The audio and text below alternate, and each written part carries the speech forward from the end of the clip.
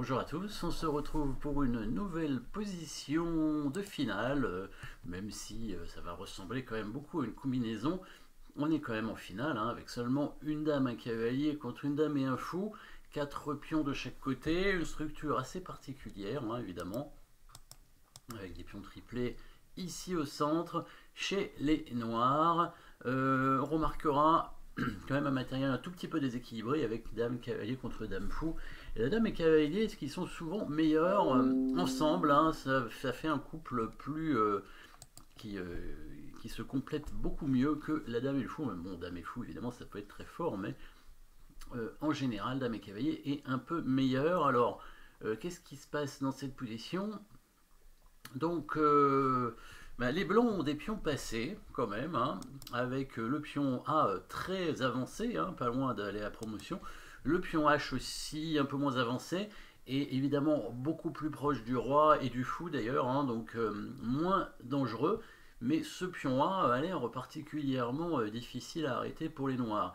Le seul souci probablement pour les blancs, c'est que les noirs menacent très certainement au minimum un échec perpétuel, hein, avec cet échec de la dame et ensuite d'autres échecs qui pourraient arriver, hein, aussi bien au H1 ou F3 avec l'aide du fou de la dame et du pion au 4 qui défend la dame.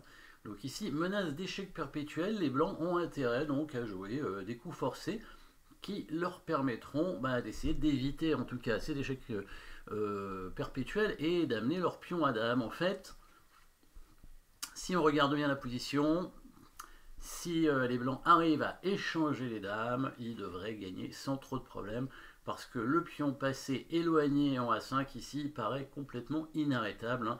Le fou est complètement bloqué, aussi bien par ses pions d'ailleurs, hein, parce que même si même si ce cavalier n'était pas là, ça suffirait. Le fou serait quand même bloqué, hein, il ne pourrait pas arriver sur le pion. Alors évidemment, le cavalier est très bien placé, hein, il empêche complètement le fou d'arriver, mais il n'a même pas besoin d'être là finalement. Le fou est bloqué par ses propres pions. Donc, comment faire pour échanger les dames? Voilà, comment est-ce qu'on va arriver à ça, hein? Quels sont les coups forcés déjà pour commencer? Bon, il n'y en a que deux. Il y a deux coups forcés, deux échecs évidemment. Ils ont l'air corrects tous les deux. On ne donne pas de matériel évidemment à chaque fois. Évidemment, le roi noir va bouger, hein, à tous les coups.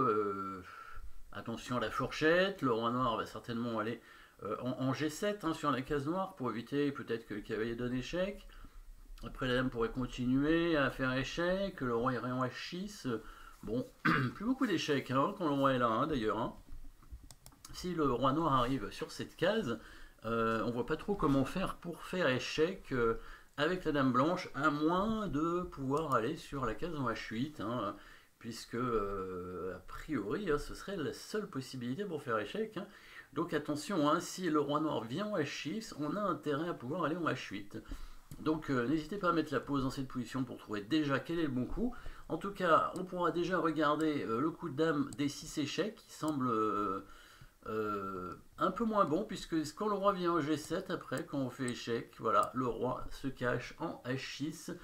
Et là, on voit plus de façon de faire échec avec la dame blanche, hein, les cases étant contrôlées par la dame noire.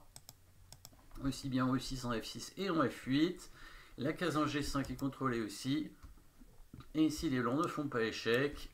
Les noirs ont toutes les chances de réussir à obtenir un échec perpétuel. Donc bien sûr, évidemment, par défaut, ça sera l'autre coup qui sera bon, hein. Donc on va bien mettre la dame en D8 sur échec.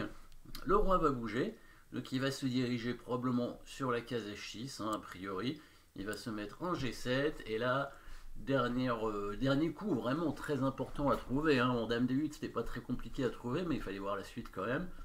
La suite est importante. Évidemment, le prochain coup, mettez la pause pour trouver le bon coup. Plusieurs échecs de dame, encore une fois. Alors là, il y en a vraiment beaucoup par rapport à tout à l'heure. Il n'y en avait que 2, là, il y en a 8, je crois, hein. Et il y a 8 échecs, c'est ça. Il faudrait tous les étudier. Mais surtout, en fait, il n'y a pas besoin de tous les étudier si vous avez vu la façon de jouer.